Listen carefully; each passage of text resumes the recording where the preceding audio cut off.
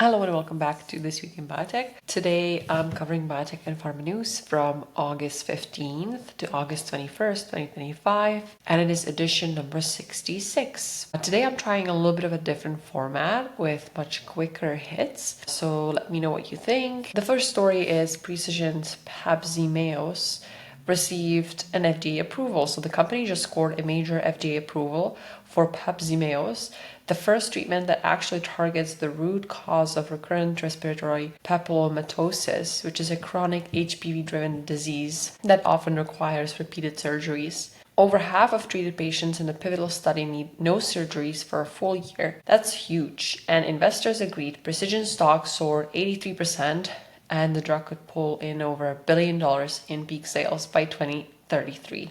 Next is Gilead's Kite Pharma. Its spinout is buying Interius Biotherapeutics for $350 million, gaining access to a game-changing in vivo CAR-T platform.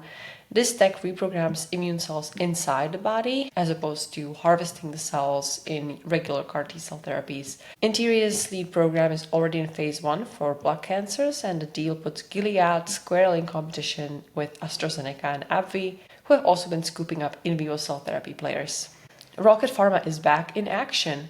The FDA just lifted a clinical hold on its gene therapy for Danon disease, less than 3 months after a patient death halted dosing. Rocket will resume its pivotal trial with revised immune suppression protocols. Shares jumped more than 30% on the news, signaling investor confidence in both the company and FDA's willingness to move forward cautiously.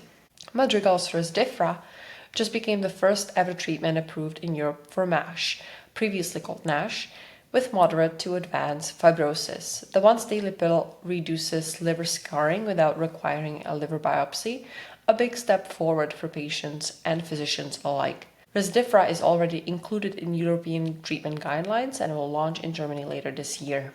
Viking Therapeutics got hit hard this week. Its oral obesity drug VK2735 showed up to 12.2% weight loss in a phase 2 trial and hit all endpoints, but investors were underwhelmed. Around 20% of patients dropped out of the trial, and the weight loss didn't match the bar set by Novo Nordisk and Eli Lilly. Shares dropped over 40%, a sharp contrast to the buzz around the GLP-1 players.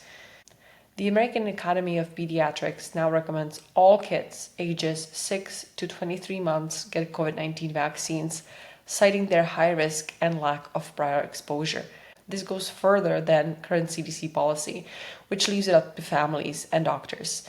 The move sparked criticism from HHS, particularly from RFK Jr., but the AAP says clear science-based guidance is essential as misinformation spreads.